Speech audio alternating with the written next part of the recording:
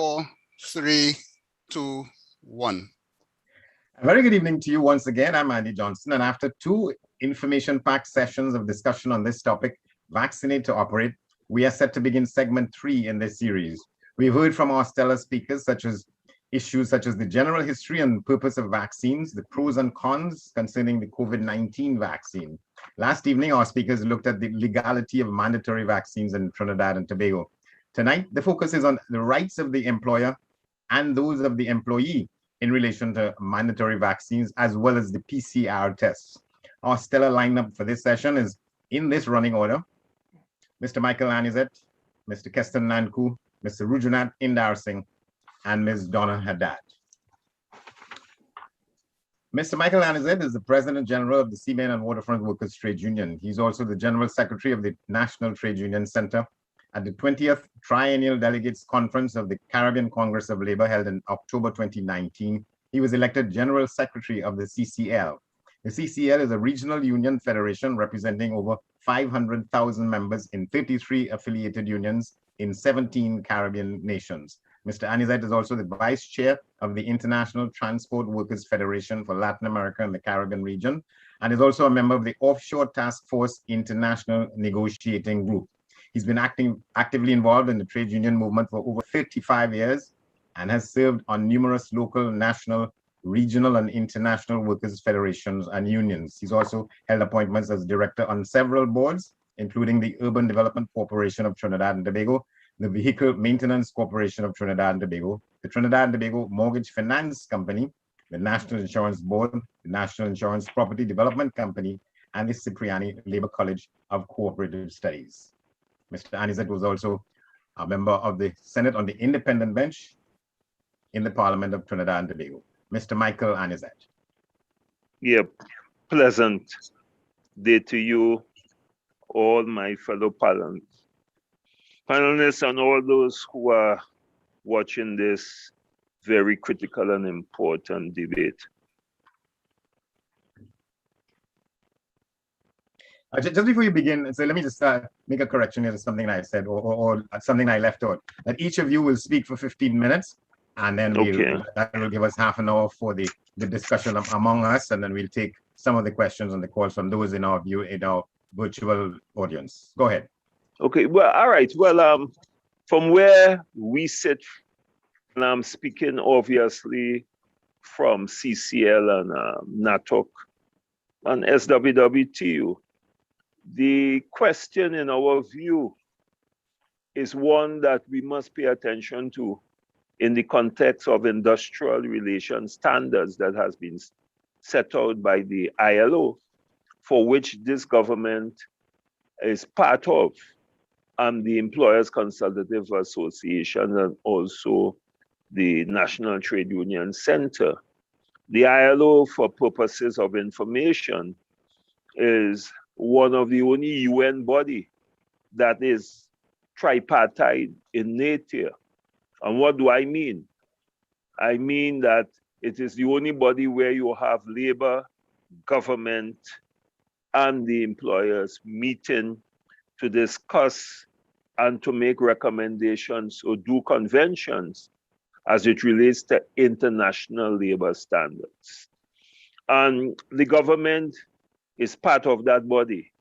And therefore, the fundamental issue that I want to place on the table is the question of social dialogue, which is one of the pillars of the International Labor Organization.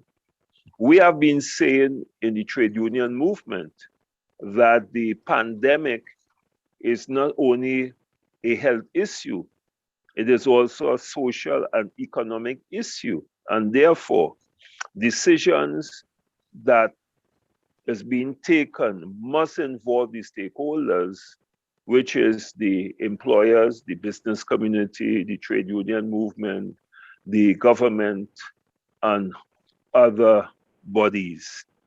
Because we do not see this issue as an issue where the question of workers' rights can be submerged in the context that the employers have this absolute right, as some employers have been demonstrating to impose is not laws, rules and regulations in the workplace without discussions and or agreement with the union and without the government as a regulatory body passing the laws as it relates to mandatory vaccination. It is very instructive to note that coming out of the meeting that was called by the Honorable Minister of Planning, Camille Regis, she made it clear that meeting, and I think my friend Mr. Nanko attended that meeting this week, last week, yeah, that the question of mandatory vaccination is not a government policy, and therefore the issue of mandatoriness, that is a word that I am coining, doesn't arise. And the government policy is to use persuasion rather than coercion and beating workers on their heads and using the question that if you don't vaccinate, you cannot work within my industry. And that raises serious questions in the minds of the trade union. The question is, who gave the employer the right to place on the table the right to introduce measures in Trinidad and Tobago, which is really a mechanism and a process that should be taken by the government? Are we saying in Trinidad and Tobago that the parliamentary right and privileges, all right, that our constitution is based on will be submerged on the basis of how an employer feels about a particular issue? Are we saying that? And I want the general population and those who are listening to recall, and I think it's necessary to go back into history.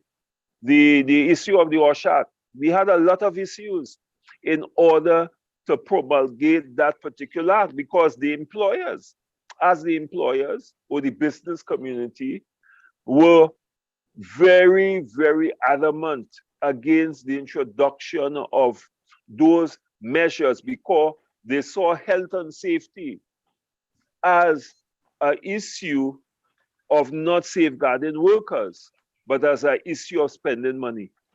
And I'm therefore, one must never forget the fight that the trade union had in order to get that particular legislation passed so that workers would have been safe in their workplace.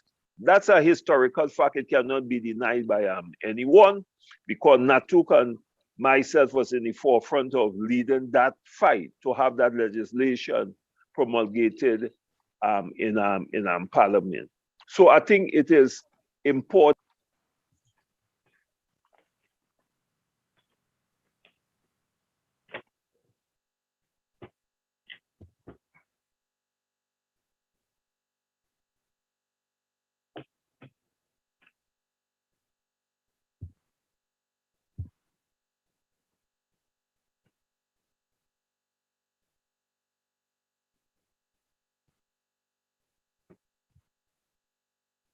All right, Mr. Anisette seems to have dropped off. So we've lost Mr. Anisette. Well, so we could go to the next speaker, and if he comes back, we will bring him back in. Is that something that the House agrees with? Hello. Hello. This is Michael Anisette's daughter. Yes. Well, I see this meeting pop up here. It just come on my laptop. Oh, look, Daddy coming in now. Okay. Okay. It seems like I lost you all. Well, Dada? Yes, go ahead. Daddy? Hey.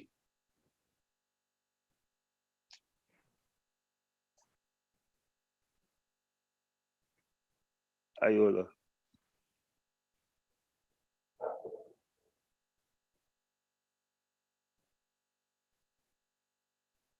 Yeah, it All right, seems so like I you lost you all. for a bit, Oh, yes. I got bounce off. So let me just, because it's 50 minutes, let me just quickly make the point that I was making. And I was making the point that the issue of the work practice as it relates to pandemic was promulgated not by Parliament, but by the Minister of Health and the CM and the Prime Minister making statements. The question of wearing the face mask, the question of sanitization, the question of how you distance workers in the workplace to ensure there is no cluster of people. All right, and I think it is critical that we make this point. Before the vaccination, and I want the nation to understand that there were industry that was running. All right, the port, for instance. I could talk about Angostura, I could talk about Plideco, I could talk about Whitco. All right, those are national flour mills. Those are industry that we represent. And suffice it to say that we were able to put protocols in place that did not compromise the operations in any substantial or meaningful way. And I think, you know, the data, because we don't look at the data in terms of those industries that have been allowed to open up, which were the frontline industries and the essential industries. What was the percentum of people that contracted the virus? And I think we must answer that question. And the point that we want to make in the trade union movement is that, listen, before the vaccination, we were operating, we were controlling the spike within those particular workplaces because certain measures was put in place. All right, and then the issue then it is, why is it an issue now to say that you must vaccinate in order to work in a workplace? Why it has to become mandatory? And another issue that I want to place on the table that no one is paying particular attention to, the question of natural immunity. And what do I mean by this? Because there were several workers who would have contracted the virus even before the vaccine was rolled out, and they were told to isolate or quarantine themselves, and they were able to overcome the particular virus. And the question that I am asking, how do we address those particular individuals who have built up what I want to call self-immunity against that particular virus? Are we saying that those groups of people or those groups of workers must vaccinate? Because the science is telling me that self-immunity, meaning that if you went through this pandemic and you were able to get over it, that the question of being vaccinated does not rise again because of how your body immune system operates. And I'm not hearing anyone talking about that. So the point that we are making within the trade union movement, that we have no issues with vaccination, but we are saying that the vaccination must be a personal choice of the individual based on empirical evidence, based on the data outside there, so that people can make informed judgment. And another point that people are not paying attention to, I would have looked at the New York Times, and what the New York Times is saying, all right, is that in terms of the global vaccination record, based on their records, is only 46% of the world population would have vaccinated. Therefore, what it is telling me is that 56% of the world population have not been vaccinated. And we must ask ourselves the question, why is it this hesitancy by the general population? Not only, I'm not talking about Trinidad now.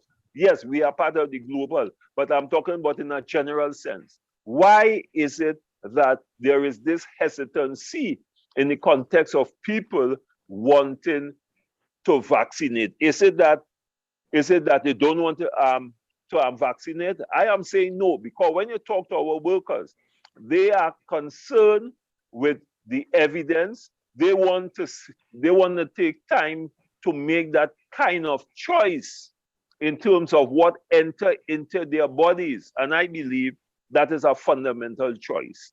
I will end by saying that there's no empirical evidence whatsoever to suggest, all right, as has been suggested, that herd immunity will end the question of the pandemic.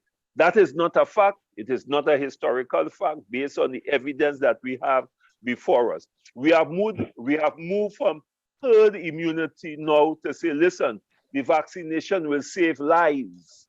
All right, and we are now being told that there's no guarantee that if you take the vaccination, how long it will last, one, and the fact that you cannot transmit the pandemic or pass it on to anybody. So in other words, I can be vaccinated and then I can still get COVID and I can still pass it on to somebody else. So then the question is, in our view within the trade union movement, if we have all this evidence, and I could talk about Colombia, I could talk about what happened to Singapore, which had about 93% of the population. I can talk about what happened in Israel. I can talk about what happened in Britain. And if we look at those, and Chile, if we look at those empirical evidence, the point that we are making, that there is no guarantee that vaccination is the only answer in the context of this particular problem. And therefore, the right to respect people must be a fundamental right. Finally, is it that the employer who is saying that you must be vaccinated, is he willing or is she willing to accept liability if anything should go wrong as a consequence of any worker taking that vaccination? That's a fundamental question.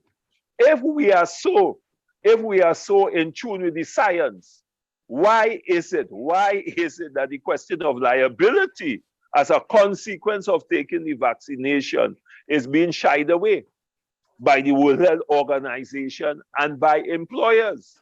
And I mean, that is a realistic question and a sensible question that any worker will ask.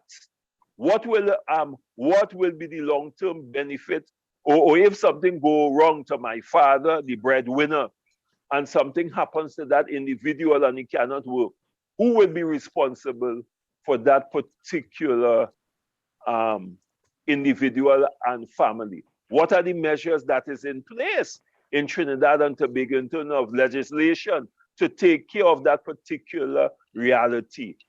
And therefore, I will end by saying, therefore, in that context, the trade union movement will continue to say that the choice, we have no issues with anybody want to be vaccinated, but making it mandatory, given all the nuances and all the issues that is in the general population globally, that you should not or ought not to force anybody, and there should be a policy that speaks to all the other measures that can make the workplace safe, as opposed to the single issue of you must vaccinate to work in my place.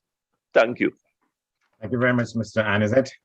The next speaker up, Mr. Keston Nanku. Mr. Nanku joined the Guardian Group in 2002 as Vice President for Employee Relations and was promoted to the position of Group Vice President, Human Resources in 2008. He's been instrumental in formulating, implementing, and executing the group's strategic human resource strategic vision. In addition, together with his team, he's also had the responsibility to develop progressive human capital policies to lead and guide the day-to-day operations of that organization. Following his successful stewardship as Group Vice President, Human Resources, Mr. Nanku retired on February 4th, 2019. However, his relationship with the group as a consultant and advisor to the group CEO continues. Having over 30 years of experience in employee industrial relations, marketing, and communications, Mr. Nanku served as branch secretary for the NUGFW, that's the National Union of Government and Federated Workers, for 10 years, and chairman of the Employees Consultative Association from 2011 to his current re-election in 2017.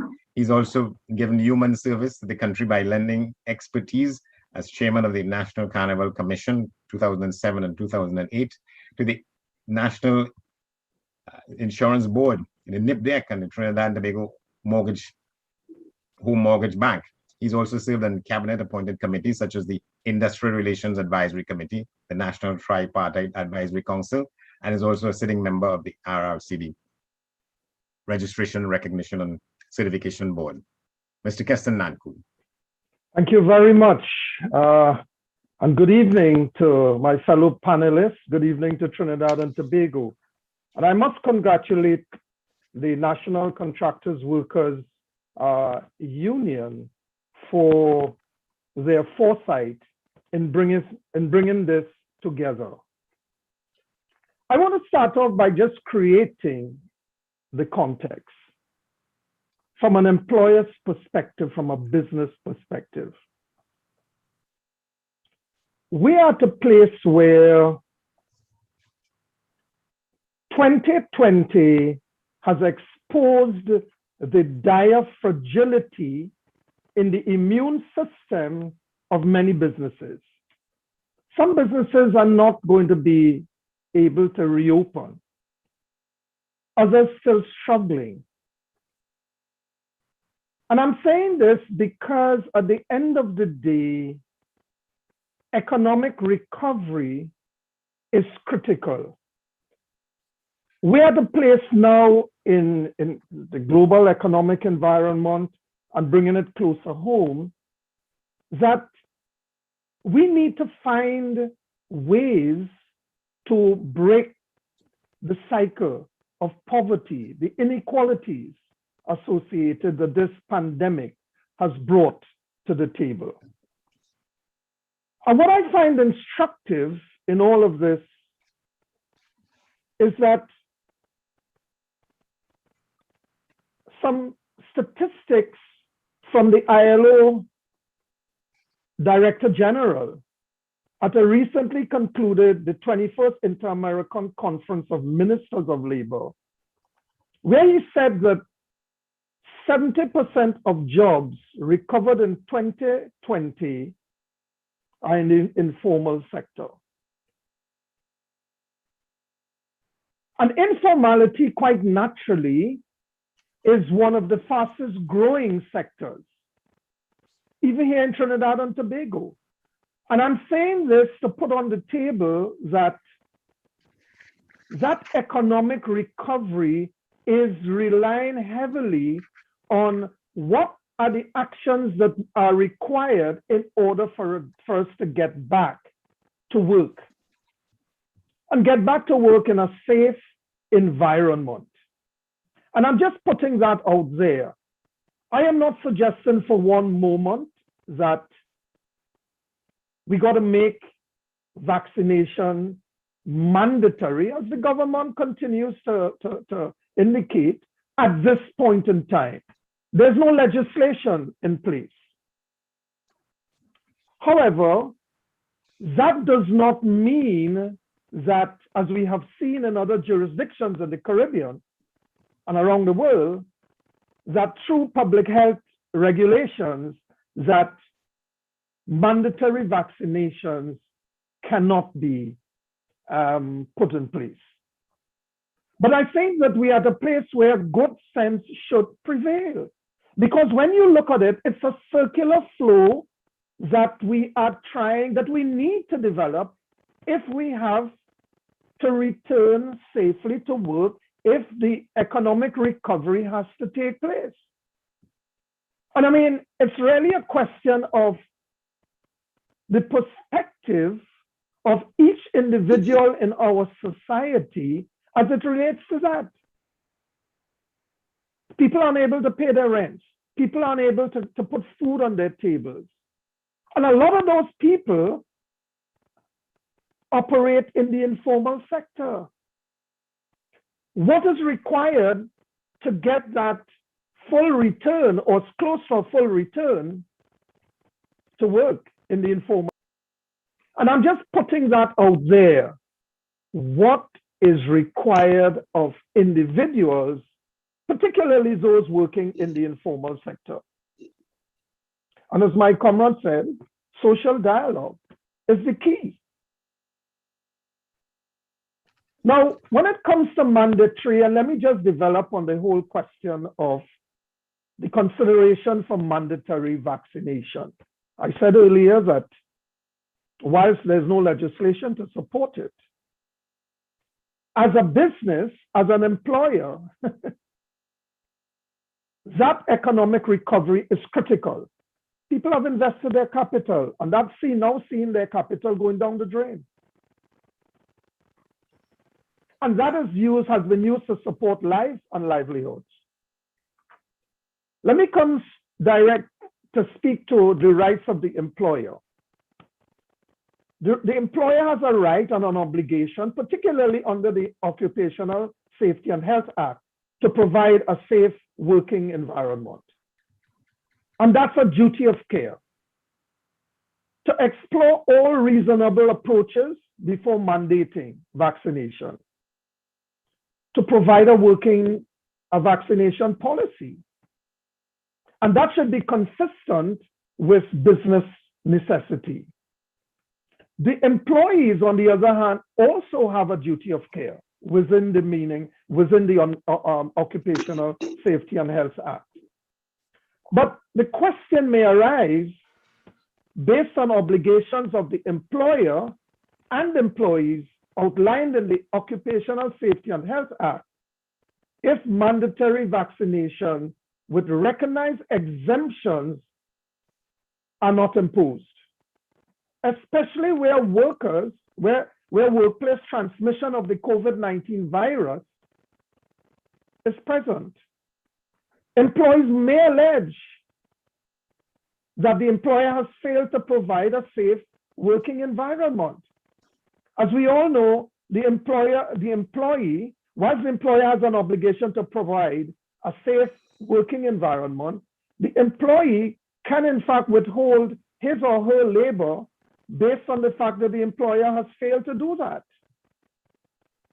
So once that obligation is met and there's a necessity, where do we go? Where do we go? Where does that take us logically? You see, the whole question of vaccination, the legal status of it is not new. It's not new. And I don't need to go into that about schools and all that we have to go through as people. And I'm not saying that should be used to drive the mandatory vaccination. What I'm saying is that it's not new to any of us. You see, this duty of care, there must be some balance being brought to it. As a matter of fact, this duty of care has been well ventilated in judgments delivered by the Industrial Court of Trinidad and Tobago. In fact, the employer's obligation to provide a safe and healthy work environment is considered a fundamental condition of employment. And above all, is consistent with the principles and practices of good industrial relations. Reference could be made to TD 643 of 2012, Communication Workers Union and Bayside Tower. Okay? So from where I sit, that's where, because what could in fact happen, depending on the kind of the need, the extent of the need for mandatory vaccination at the workplace, you're going to have employees where there's no alternative employment, suitable alternative employment that can be provided by the employer. What you'll very well find is that the employee it may be considered that the employee has frustrated his or her contract of employment. And that is something that, you know, all those are perspectives that one ought to take into consideration. Okay?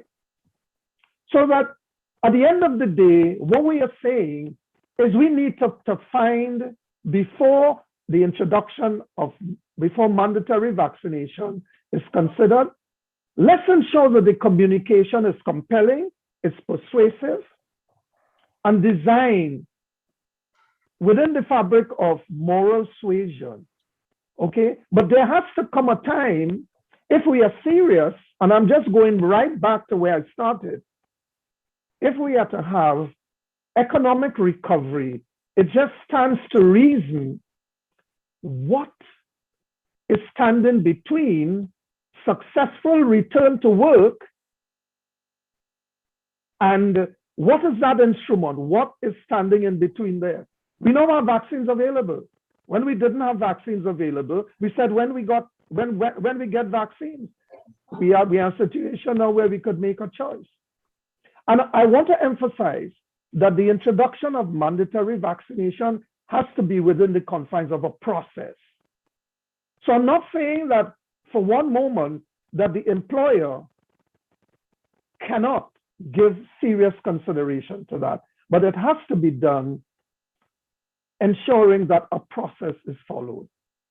So again, just to close, if we want, and we are serious about economic recovery and stemming the tide of breaking the tide of poverty and ensuring that there is that people can maintain their livelihoods, then that decision of the individual has to be based on his or her giving serious consideration to becoming vaccinated. So I'll end there at this point in time. Mr. Nanku, thank you very much. You know, just a couple of years ago, this would have been a kind of tripartite discussion because we have labor, we have business, and we have someone who was in government, and well, in government even now, in the sense that he's part of the parliament, and the parliament is part of the governance system in the country. So that it will be very interesting to hear his presentation, Mr.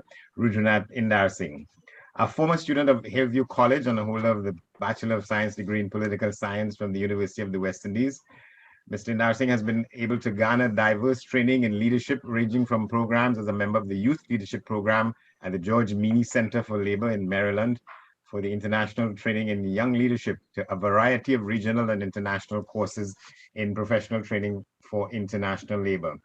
He began his career as an educator prior to becoming employed with the All Trinidad General Workers Union, where he held positions of leadership in the capacities of Education and Research Officer, General Secretary, and finally, President General of the renowned union for a collective period of over 25 years, where he subsequently served as Vice President of the National Trade Union Center.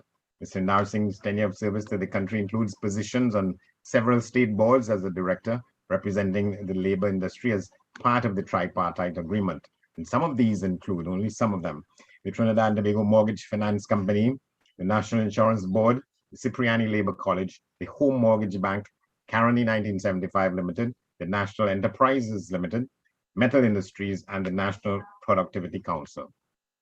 Mr. Rudranath Indar Singh, the Member of Parliament for Couva South.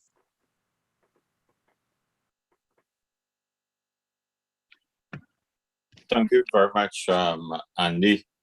And it's good to be on a panel or discussion where I'm seeing very familiar faces, persons who I would have interacted in the past from my trade union career and even my political career. So I want to give my sense of appreciation and commendation and recommendation to Comrade Michael Anisette, Mr.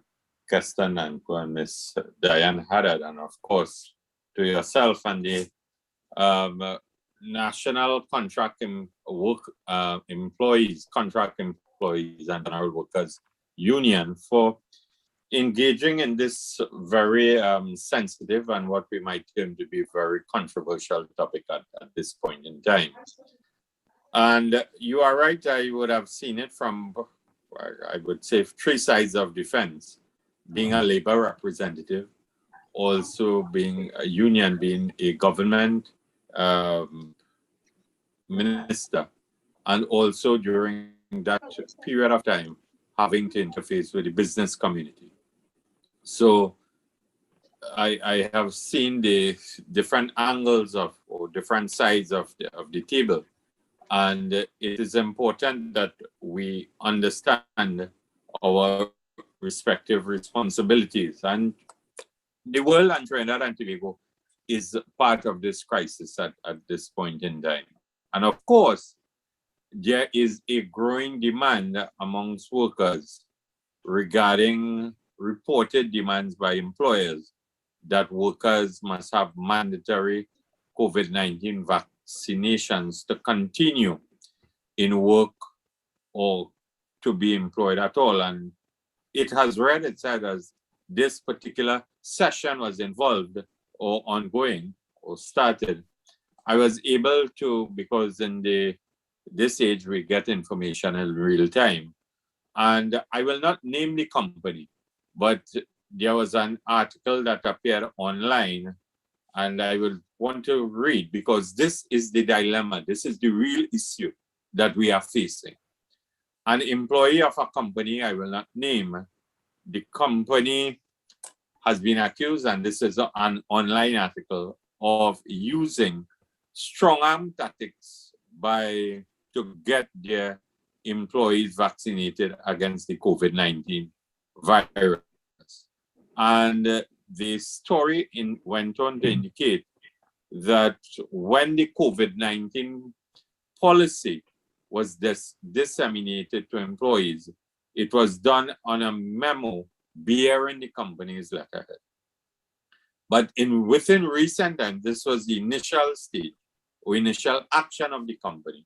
Then the company served a document with no company logo or no authorized signature attached to it, indicating that workers have to report to work with either a negative PCR test or proof of vaccination.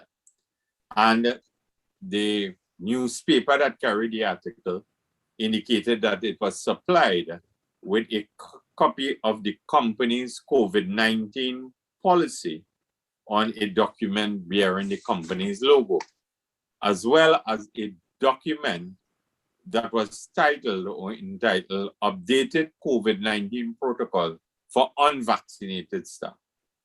And there was a second document that had no company logo or signature, which stated that employees are required to report to work with their first negative PCR, and that the test is to be repeated every 2 weeks at the expense of the employee.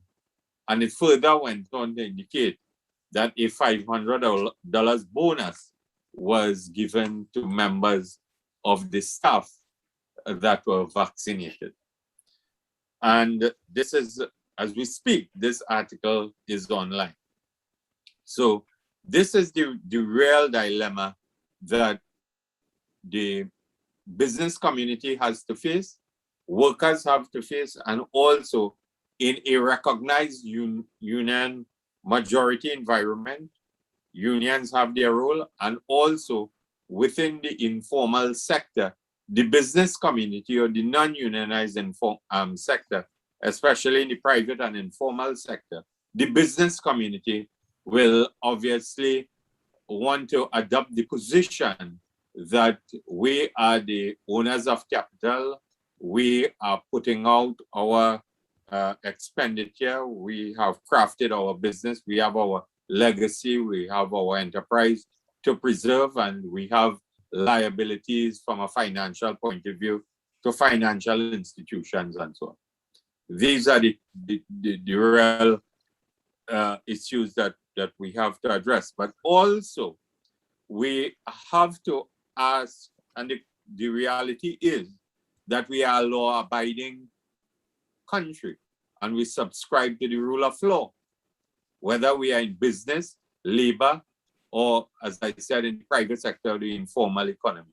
And at the moment, from the point of view of the rule of law, there is no legislation, there is no public health regulation which make vaccination from a COVID-19 point of view mandatory in the work environment or even from the point of view of the society at large. And if we subscribe to the rule of law, and we subscribe to the constitution of the country, then we must all be prepared to uphold the rule of law. I want to make that abundantly clear. I also belong to a political party that has made its position very clear, and that is we have been on the battlefield, or on the forefront, as we would say, encouraging Trinidad and Tobago from all different angles, and I will use myself, the political leader of the party, Mrs. Bisessa, the opposition leader, and all of my colleagues, but I will use myself as an example, the Member of Parliament for Couva South. I have worked with the Couva Point Lisas Chamber of Commerce to ensure that even I provided a facility, I provided the enabling environment, I made my staff call constituents, over 2,000 plus constituents, and urge them to go and get vaccinated and so on. And that is part of the process. But also, we have to take into consideration, because we are existing in a diverse society, we are existing in a society that I think everyone has continued to promote the concept of social dialogue. Because from the point of view of the rule of law, Trinidad and Tobago also is a signatory, a member of the International Labour Organization. And if we are a member of the International Labour Organization, we send tripartite delegations to conferences on an annual basis. We subscribe to the recommendations and the conventions and so on that emanate out of the International Labour Organization. And I see Keston is watching me very tersely at this point in time. But I would say that while there may not be anything concrete at this point in time coming out from the International Labour Organization as it relates to a workplace vaccination policy, nothing concrete. There are protocols that are pointing in a direction, guidelines that are pointing in a particular direction. And I think that where we are and where we have fallen down is the issue of leadership and trust. Is the issue of leadership and trust. This is where we have fallen down, because in our quest to deal with this particular scenario, and I am not going to try and get too political, because this is not a political platform we are on. But the reality is that we dilly-dallied, we procrastinated, and as a result of that, even the procurement of vaccines in a very decisive and timely manner, even the rollout was in shambles, in chaos, and so on. And the communication, for me, the communication is something that went wrong. You know why? People may differ with me, but it was a question of control and power. I wanted the population to know from a political point of view that we, the politicians, or we, the prime minister, and we, the government, we are giving you the vaccines. And did we provide the opportunity for the real people to communicate with the population where there was elements of or segments of distrust and so on? And when I say the real people, I'm talking about professionals from a medical point of view, IR personnel, consultants, human resource personnel, and so on. And even at the community level, persons who we trust, persons who we could have used as an example to say A, B, and C, and D in terms of trying to combat the issue of vaccination hesitancy and the issue of trust. We went out and we said, based probably from the point of view of that the vaccines were running out from a timeline point of view in terms of expiration dates. I don't have all the information at my disposal in terms of the respective vaccines that we have in terms of what are the expiration dates. But I'm sure that we went in a rush to say that we're going we're having mobile vaccination sites and going in community centers and so on. But did we speak in terms of the communication strategy? In addition to having the vaccination site, were we able to use the local heroes, the community heroes, the people that we respect and so on, to actually communicate in geographic areas of Trinidad and Tobago in terms of where we are with vaccine hesitancy, why it is happening, and probably what we need to do. I am not saying that it would be a perfect scenario in getting 100% of the population to go in that particular direction of accepting the need to be vaccinated. But I also am saying too, that once as we subscribe to the rule of law and we subscribe to the constitutional framework that is within our country, we have the responsibility as stakeholders and leaders to respect Section 4 and 5 of the Constitution, and which gives the individual that right to choose. And also, we have to take into consideration person's medical history.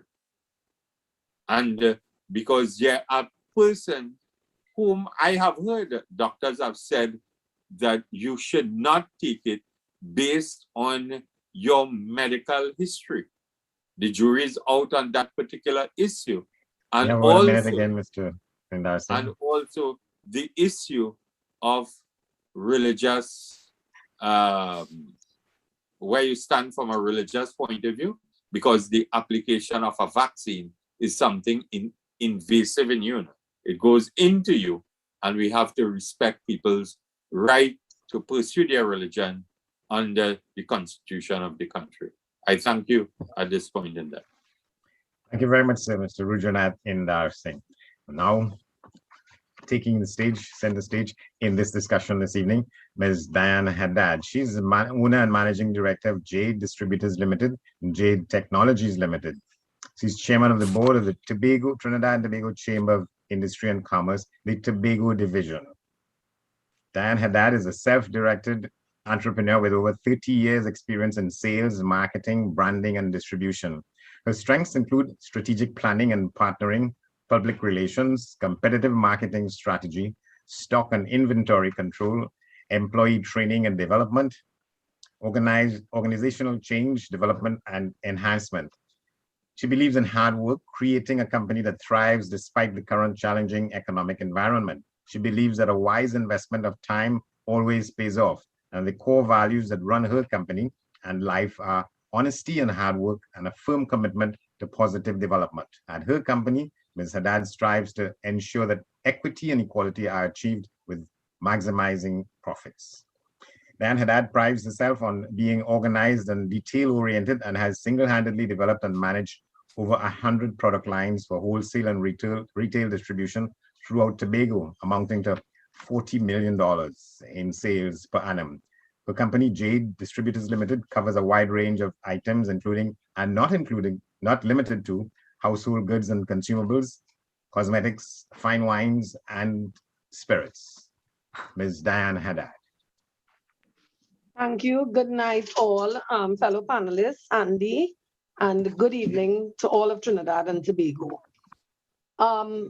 I want to firstly state that whatever I say tonight really is in line with how I, as an employer, have treated with COVID-19 as Jade Distributors Limited. And the reason for that is I know it's not going to be very much in alignment with what most people may think or say. First, to begin with, when this pandemic or information or news of a pandemic or was declared a pandemic that came across over all of us, many people went into two modes. One was, is this the end of the world? Are we all going to die? And all of a sudden, we were concerned about death and we were concerned about each other. How are we going to live and come through this? I must say that what I saw amongst us as human beings was concern for each other, and we were all worried about stay safe and make sure that you do what is right. And, you know, that whole element of care and love permeated the place, it overflowed. However, there was the other factor that leaders throughout the world used to their advantage, maybe knowingly so or not knowingly so, because to me, the pandemic was the unknown. And I still think we're very much in that place, but not as bad as it started. So whether they knowingly did it or they did it themselves because they didn't know what to do, the fear factor was what was preached all over and was promoted. And so they declared and created an energy of fear throughout mankind. As an employer, somebody called me today and said to me, "Fearless Diane." And I want to say that fear is the biggest illness that we can have. And that fear factor is what would have put us to where we are today in this conversation. Why am I saying that? Is because there are many business owners like myself who is in the food industry and had to be out there day and night. In Tobago, we still had it in the night. We didn't have it alone in the day. And many people who were in the retail sectors were out there. Our police were out there, our nurses, our doctors, our Coast Guard, Army, whoever, prisons, firemen, they were all declared frontline, and they had to be there with or without a vaccine, with or without fear. They had to be there. We as employers got into the ring, and we continue to have our doors opened, those very doors. Once they were allowed to be opened, they were opened. And therefore, those that benefited, and I mean there were those who benefited financially, and there are those who didn't, although their doors were open, because the candle costed more than the funeral. But there are those that benefited heavily during this period. Was it the pharmacies? Was it the pharmaceutical industry? The people who sold cleaning products? The people who were in probably retail that sold food, basic food items and so, because people started to look at their pockets differently. But their doors were opened for business once they were allowed. And the very staff had to come out to work in order for those businesses to run. What was my role as an employer?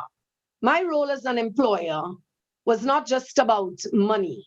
My role, I see it much more holistic than that. I am literally the parent to my staff as they come into work on a morning. So what was the role I took? It was more about speaking to them from a spiritual level, speaking to them about fearlessness, speaking to them about the correctional things in their lives, that this was a time for them to do. And these are meetings we held every morning during the pandemic. We started to grow a garden, a little food garden along the side of the building. We built an outside movable kitchen with big burners, because what it meant was I had to now bring them together, to keep them together, to keep the spirit alive, so that they will go out there fearlessly, understanding that there was something bigger than COVID, and it was hope. And in doing that, what I found was my staff came together a lot better. I'm not telling you they did not have fear among them. I saw it on their faces. But the more we spoke every morning, the more I saw people more comfortable with each other. And they cooked. As a small team stepped aside and they cooked for the rest of them that was working and doing whatever, so that they did not expose themselves unnecessarily and whatever. But I also deal in naturopathic formulas, and I got my hands on some immune system formulas and started to introduce to them what they've seen me taking for years. And they tried it. I made a joke of it. I said, listen, this is Jim Jones here, line up, let's go. We're all going to take some of this. You're going to take it with me. And they trusted me and they took it. So I started to put the bottles on the table by the warehouse door. And not only were they taking it, I started to miss all the bottles. They themselves were feeling comfortable. They were feeling better about even other ailments they had. And they started to take it home to their families. Boss lady, I could give my little one this. I could give my mommy. And what I saw was them now filtering that into their home space. What has happened? How can I, as an employer who saw them work through that fear, overcome it, continue to deliver goods, continue to go on the port, as Mr. Annie said the port workers, they had to be out every day, every night. Continue to stay up until 11 o'clock or 12 o'clock. Go back to work next morning. And I had to keep them going through that. Come now and watch you and say, vaccinate to operate. There is no good conscience there. There is no ethics there. And further to which, one of the things we must recognize is whilst we speak of misinformation on social media, there is also misinformation from the other aspects of COVID-19 because everybody pulls what they want out of it. And I heard Dr. Angus the other night, on Monday night, speak about something called the instinct in each one of us. And may I say that that belongs to each one of us individually. And if we are not instinctively comfortable with something, it is our right to participate or not participate in it. And I cannot understand as an employer, how can we put out mandates there to persons? First of all, I saw my role as well as how can I take away people's bread and butter from them in a time like this? Whether there was work or there wasn't enough work, there was also a decision not to send anybody home. Because I further knew that not only would I put on to the pandemic more pressure, I was now going to get them even more sick because where's the hope of getting a job through a pandemic? So that was another decision that I took. But that decision has costed me tremendously, financially. However, I have to have, if I told them of fearlessness, I have to understand that whatever I project is what will come back. So I know that relief will come there in some way or form. I am not allowing that number to make me make my decisions. Because when the pandemic hit, as I said, there was the human element that most people were concerned about. However, we took the livelihood part. And as far as I see it, in leadership, what we did not do was take care of our people in this country from the livelihood perspective. That has failed miserably. And so we have created poverty in a bigger way that was already there. How do we get out of this? There are many questions I would like to ask. For instance, if employees decide, you know what? Vaccinate to operate. Let's all go home and leave Diane Haddad sitting down there now. Would Diane Haddad be able to drive 20 trucks, 3 forklifts, and deliver goods? So just the same way they were important to me unvaccinated, they are important to me vaccinated and unvaccinated today.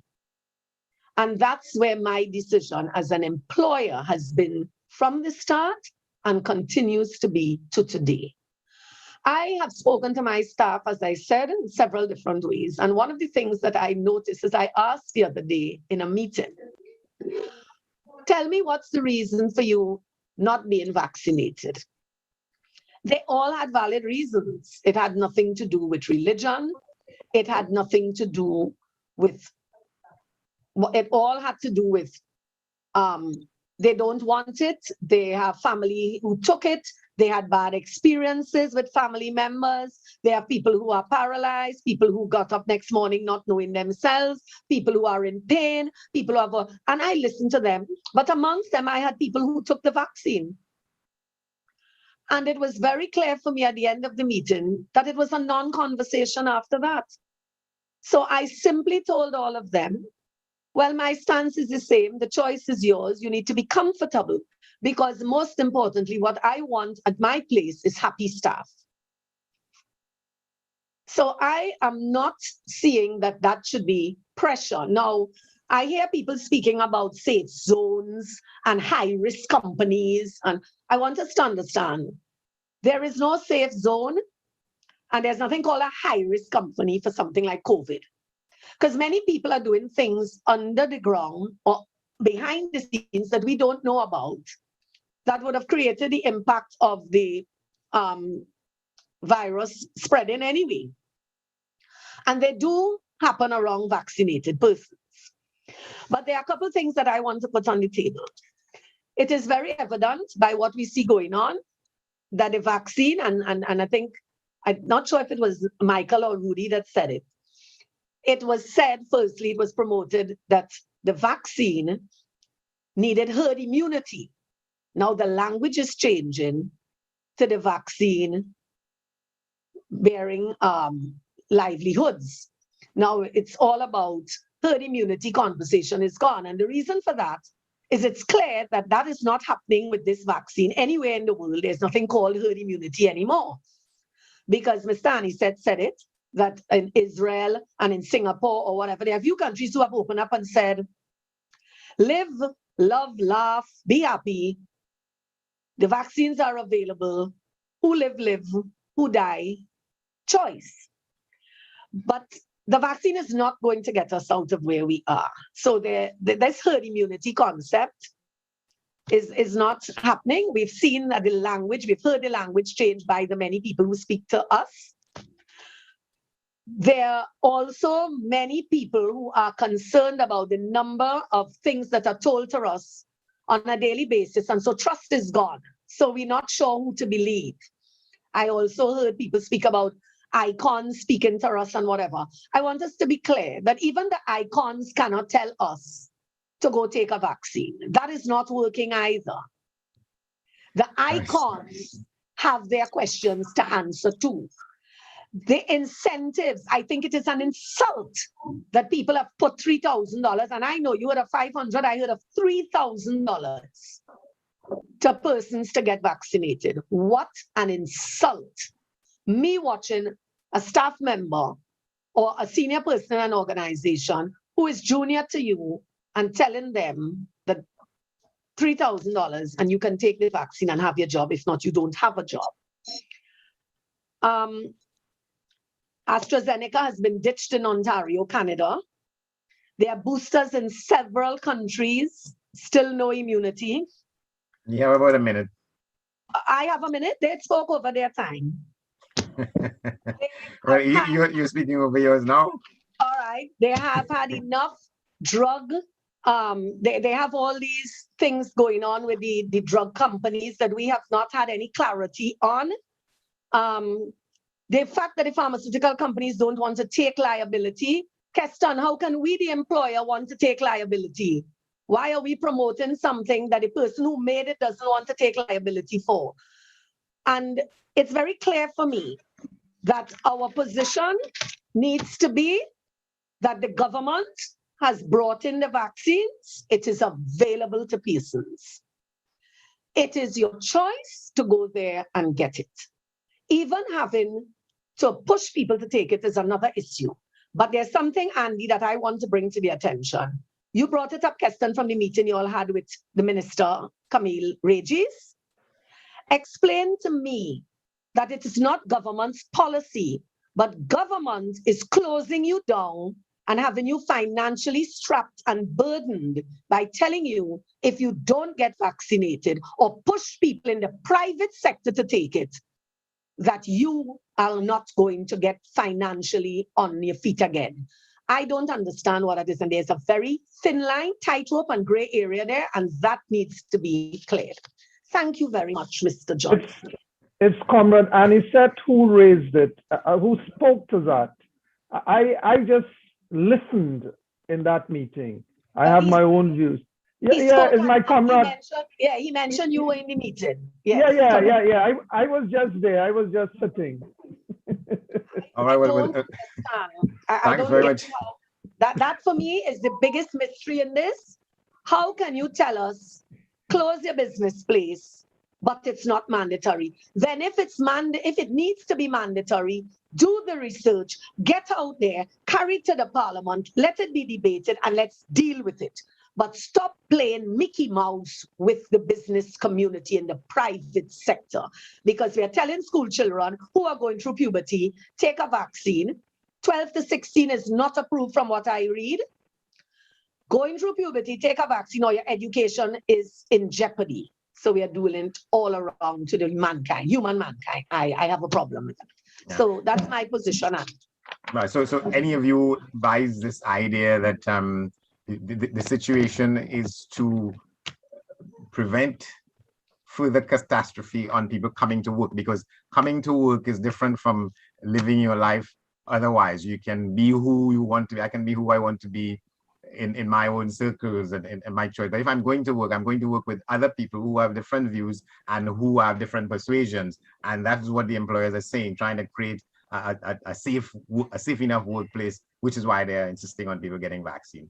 That's the question for all of you to respond to. You could start with you, Dan.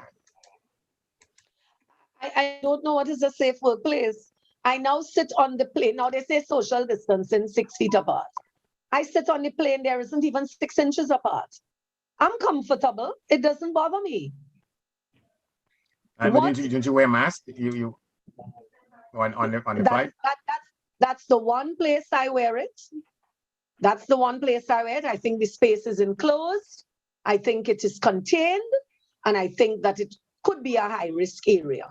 So, but I sat next to a gentleman the other day and he has a smoker's cough. And the man was worried if he should cough. I said, you're next to me, don't worry, cough. But that's how frightened people are to live. It's crazy. I have been rejected from going in some of the biggest places in the country with my shield over my face, the one that caps your face. You have to put that mask on or get out of here. You're not allowed. So I left.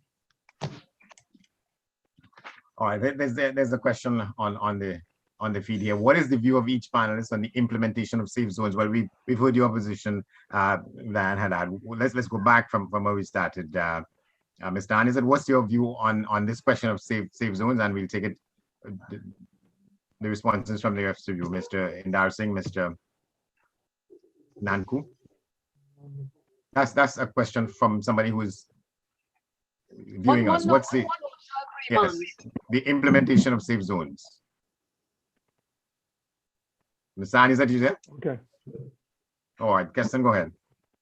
Okay, where the implementation of safe zone comes in, again, this situation is so fluid that we need to make up as we go along. This safe zone is really an opportunity to differentiate between the vaccinated and the unvaccinated. What you find, as Dan was saying, there are people within the workspace who are expressing levels of discomfort where colleagues are not vaccinated. And again, there's a whole psychological conversation that could go on from now until whenever it is. At the end of the day, the question of fairness and the question of reasonableness comes in. I've heard employees saying, well, I am vaccinated. I have a family to go home to. You are not vaccinated. Why should I be? So the whole question of safe zones, the concept, I think it has to be developed a little more in terms of what's the criteria? What's the structure around the safe zone concept? Well, it is that you have to prove that you're sufficiently vaccinated. Right. And you see, the thing about it is that attestation, where it's permitted, where people have to in fact say that, there's a borderline in terms of the confidentiality. Yeah. In some places, you cannot ask. And this is why the whole question of maintaining the confidentiality is so important. And it balances between being discriminatory, openly discriminatory in terms of your actions. So I would assume that the safe zone is a place where that concept is to avoid, although it's discriminatory in and of itself, but what it's going to do is to give maybe some level of comfort to those persons who are vaccinated. Yeah, And that was my. Thank you very much. I want to come back to you on I think what I was getting from you is that you are positing a scenario that would make it right for vaccines to be mandatory in some cases, right? But we'll come back to that in a moment. Let me just get in Mr. Indar Singh and then Mr. Anizet on that question about whether the safe zones will work, whether it will be found to be acceptable, whether it can go forward and at all, given some of what you all are raising here as to how people feel that they are. There seems to be an acceptance that if you are fully vaccinated, it doesn't prevent you from getting COVID-19, right? And is it that? Yes, but forgive me for coming in late, but it doesn't prevent you. But is it the fact or not that if you get it, you would not be at such jeopardy either for yourself or for transmitting it to somebody if you are fully vaccinated? Well, and if that person is fully vaccinated, if you transmit it to somebody who is fully vaccinated, then at least that's what we are told, that the chances of calamity and death are reduced. So it is reduced. I agree with you, Andy. But as I said, in terms of how this is going to be rolled out, how it is going to work. For example, if you are using public transportation to get to a particular safe zone, right? Your work environment is still to be a place that it falls in the broad category of a safe zone or safe work or whatever. And where are you going to be told, whether on public transportation, whether it's a private taxi, a PTSC bus, and so on, that I am fully vaccinated? What are the checks and balances and so on? And this is where I am of the opinion that is going to follow. You don't think it will happen? Well, it may.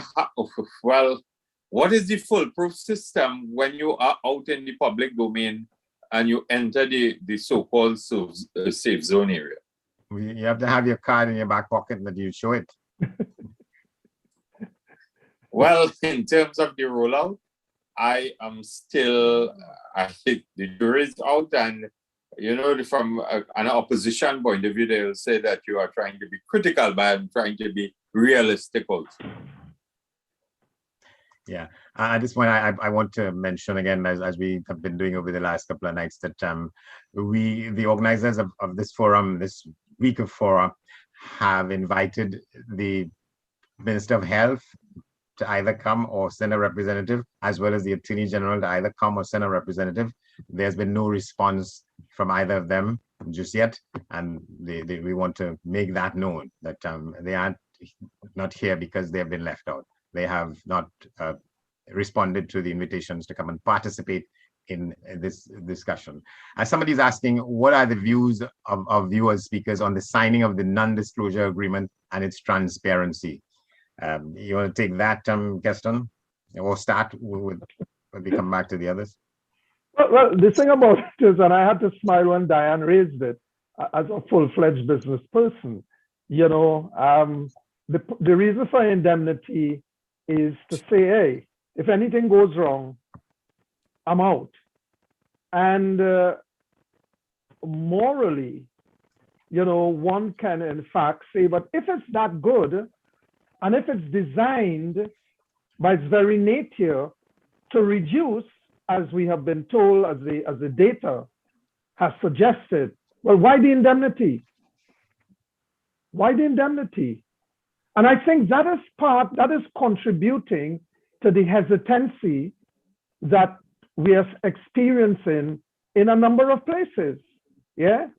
Because if it is that you provide this vaccine, okay, and this vaccine, there's no guarantee that you will not contract the virus. But if you do, it will significantly reduce the worst case scenario. Then why an indemnity?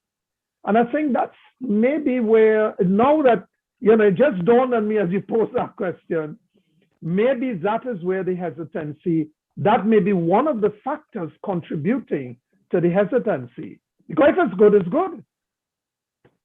Yeah. And people don't buy on price. Diane could tell you, they don't buy on price, they buy on value. But Keston, let me say something to that. You spoke about the reason that I would not understand this non-disclosure and transparency is because I don't operate like that, I really know that. It's very transparent by me, and it's very clear and above board. So those things don't need to happen. And this is why I'm saying, by me, people they chose, just like you all said, you invited people to attend and they chose not to respond. Yeah. Well, on the issue of, I think that, again, the issue of non-disclosure, and if we are talking from a manufacturing point of view, and that would have added to the distrust, the hesitancy, the fear, and so on. I am sure. In the context of Trinidad and Tobago now, I am very concerned, and I would hold the government to account. I think that the government owes all of us as taxpayers a sense of openness and transparency, at least to know how much we paid for the procurement of these vaccines. It goes in the bigger, points in the direction about the procurement legislation and whether it was deliberately gutted and so on to facilitate transactions like these and so on. And you cannot, you see again, in the context of openness, transparency, and accountability, you want people to buy into certain things, but you are not prepared to share information. And I'm not talking from a medical point of view. I'm trying to balance the scale too. And I, for one, think that the government has failed people on this particular issue of knowing how much money were expended on the Sinopharm vaccine and the contractual arrangements and so on. All right, thank you very much. So any of you or all of you, the impression is left that employers have no right in this matter here about insisting on on every worker being vaccinated to come back to work. The employers have no rights. Andy, I want to say that the employers have been politically put in a situation where they have been used and abused from a financial perspective, where they've been brought to their knees.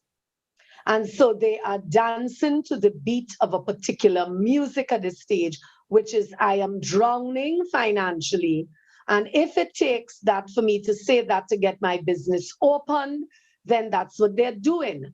But I do not know that if you went around, that would be a policy that they will want to start to create division in their business places and that type of thing. But they are financially being broken.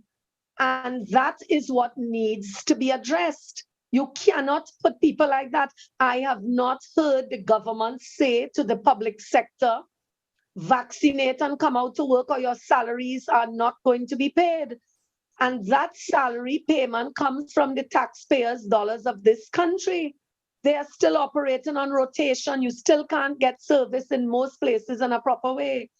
How can you come now and tell the people who have been out there taking the blows, vaccinate or you don't have a job? I think the whole thing is unscrupulous. So that's a vital point you made there. So that public servants, we don't know that they are being asked those same questions. If you're not vaccinated, you can't come to work. Not we don't know. They are not. The Minister of Education on the front page of a newspaper. And Diana's quite. Go ahead. It was clear when she said that teachers did not have to show their vaccination status to nobody. So therefore, private employers ought not to be doing that, is what you were saying? Clearly. Clearly. Yes, If sir. if I want to bring this thing there, then I must lead the charge. I am ducking behind the private sector and putting them out there as the whole armor to take the blows in the war. And I am hiding behind it politically and saying that it's not mandatory. You go to a meeting and that minister says it's not government's policies, it's not mandatory. It's not mandatory, but you cannot open your restaurant unless. It is not mandatory, but I am not opening the beaches. It is not mandatory, but your children can't get education. It is not mandatory, and that's all we've been plagued with for the last 18 months. How can you come now? You have set no example by making the standards for the sector that you are in control of. And you are coming to tell the business people who have loans, who do not have access to finance on a country's debt basis, because we have that bill to pay regardless of who is in power after this. And you are putting the private sector out there, take the blows, and you are sitting back and saying, we're not saying anything to the public servants. It is crazy. All right, do you have a counter to that at all, Kester? Well, Andy, I go back to where I started. It has to do, the big question is, we already have a percentage, a fairly high percentage of poverty, people living under the poverty line, okay? 2, we need to return to economic recovery. And if we are to return to economic recovery, then certain decisions must be taken. They ought to be taken, and I mean to Diane's point. So that, and I make the analogy, it's like you asking a young man, what do you think is standing between yourself and your success? It's you. What is standing between the recovery, the economic recovery, and the individual who can't put food on the table? And all I am saying, all I am suggesting with those questions, because that's where it's at. We can talk till the cows come home. We cannot afford in this country to get another shutdown of the economy. Cannot. And if that happens, that's it. That's it. And that's what you're seeing in the larger countries. We have vaccines. We provided you with vaccines. You take it if you so desire. If you don't, you are going to have to take the consequences, because every decision has consequences. So you have to now accept the consequences, whether it's the government is the employer, whether the private sector is the employer. And all I am putting on the table, this cannot be that difficult. I am in need. I can't put food on the table, okay? With the exception of whether comorbidities or so. All I'm saying, you have a decision to make. I am not saying that it has to be mandatory. All I am saying is that you have a decision to make as an adult in your society. If you want to achieve full recovery, you want to work in your environment, then you have a decision to make. And that's why I'm staying with that panelist. That's why I started there, because that's the big question. How do we move from where we are to achieve, to begin the process of economic recovery? What is standing in the way of economic recovery? Whatever we want to call it, some version of herd immunity. That's what we were told, and that the more people who get vaccinated, the better. But really, let me ask you then, employers, the government saying that it is not policy. But when I read it, I think 2 words are missing. As yet. What do you think? Well, again, I agree with you. I think that the government is, are using a cricketing term here. The government may try to bowl a googly or a dusra through the back door. But I think that and again, the issue here is balance, trying to create the dialogue and the balance. I mean, we are 80. We have known about this pandemic since September of 20. Well, not the pandemic, but the virus since September of 2019. It took root in January and it moved through.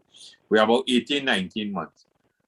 We heard about pandemic leave from the government. We have heard from Minister Robinson Regis, who the National Tripartite Advisory Council collapsed under her watch and so on, about a workplace policy for public sector workers. We must never forget that. Where is that? Where is that? Is it merely a public relations announcement to make the country feel and make stakeholders feel that you are actually doing something? Put out something there. If you are leading, lead from the front. Put out something there in the context of dialogue. Take the necessary flack or licks, amend it, tweak it, whatever. And leadership, this needs in times of crisis, say A, B, or C, come to the parliament and let us debate. And if you get the buy-in from the stakeholders in the context of social dialogue, you engage the opposition also. Engage the opposition. Say we are being guided by A, B, and C, civil society, the trade union movement, non-governmental organization. This is the policy. They have agreed on it and so on. Is the opposition prepared to vote and support it? Yeah. Then I wanted to ask a question about how do you, given what the laudable approach you took with your organization, I'm wondering if there are comparisons that could be made, say with let's take Republic Bank, which is thousands of, tens of thousands of workers, and it would be a difficult task to adopt that approach to dealing with workers en masse, to get them to back away from the fear, to dispense with the fear, and the way in which you have been able to sort of corral the people who work for you. But that's a huge organization, and their strategies would be much different. Well, at the end of the day, no, I think any strategy can work in any size organization or market. What needs to happen is it must be consistent. It cannot be something that you jump up and speak one day and then you change tomorrow. It is why, for instance, churches operate successfully. People listen to the pastor and the pastor preaches the same thing and he's able to grow his congregation. So it's nothing different. The pastors or the preachers in each organization needed to be leading the charge by whatever they were comfortable with at the time. What has happened, Andy, is a number of people, I told you, went into fear mode. Business owners, they were staying home.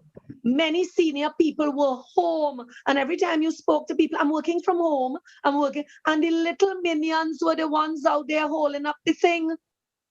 They were the ones home, out of their homes, going into the factories, working, going out there and doing the work. The little and the big people were hiding, and they were not giving them the leadership that they needed. So what happened?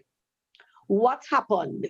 Now you come in to talk to me and tell me about security and safety and whatever. You really didn't care about my safety then. You were prepared to sacrifice me. And that's the message that has gone out there. We did a lousy job at not letting our people be overpowered with fear.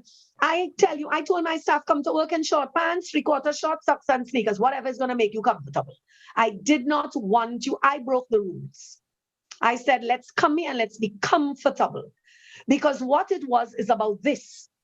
This is where COVID started. Was it? Do you know I have had, listen, I have had one nuisance by me. Okay? And what was interesting is every time she declared she had COVID, or was COVID, or maybe I should not say it like that, her second employer, who is in the night, policy was to go for this COVID test, and she went. It was always about that job. When she got anything, you know what, boss lady, you could bring some formula for me in the evening. I'm feeling good, you know, everything good. What was interesting is I was now being played a game between me and the second employer because it worked for her to go for a COVID test and wait for results. I have to tell you, she's not employed today, not because she's too COVID positive all the time, or too many times she has to test for it because of her second job, not her first job. But I have had no issues by me.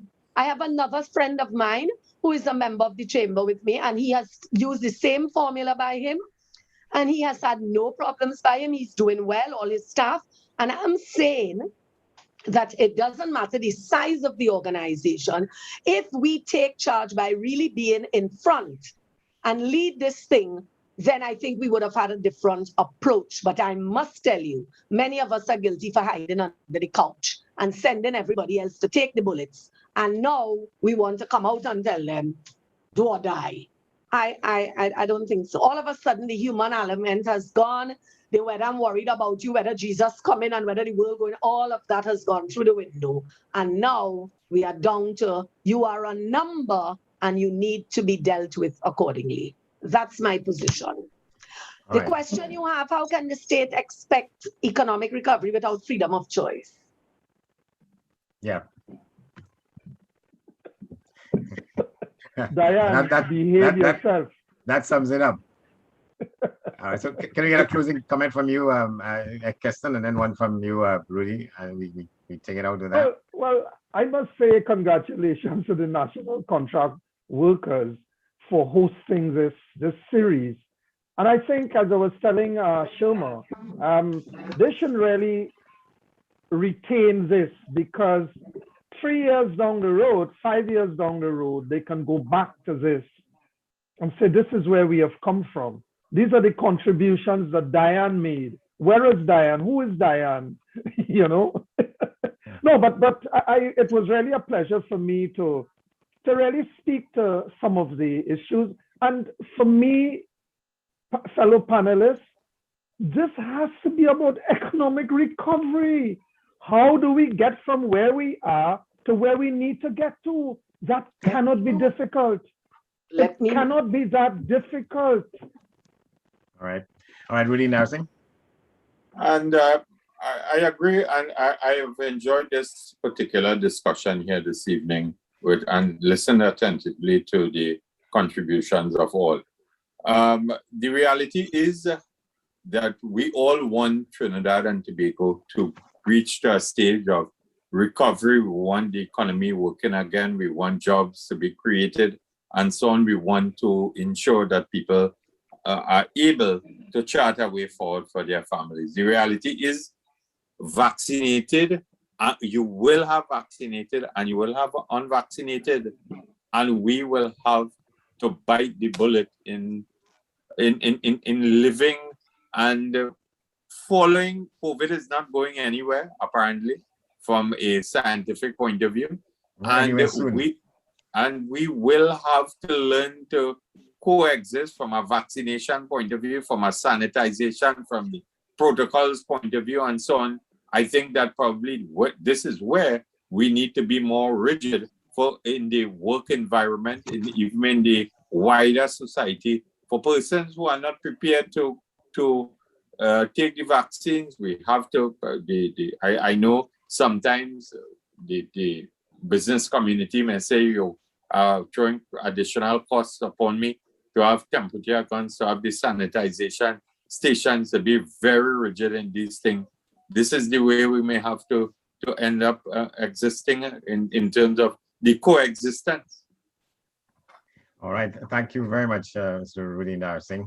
Thank you very much, Keston Nanku. Thank you very much, Diane Haddad. And thanks to Mr. Yes. I also want to compliment the union for this. I must say I enjoyed Monday night and Tuesday. They were excellent. And tonight, obviously, was another good night. And I look forward to tomorrow and Friday. And further to which, I really want to say that regardless of where we come from or go to, economics is developed by the movement of people, the spend and that whole movement. And therefore, if we keep locking movement, that's where it will go. So it really needs to come from what that person says, which is freedom, and we need to be free again. Thank you very much. And that brings the curtain down on this evening's segment on this, the rights of the employer and of the employee in relation to mandatory COVID-19 vaccines and the mandatory PCR test. Tomorrow evening, segment 4, the focus will be on segregation between vaccinated and unvaccinated persons. That's one for the people out there.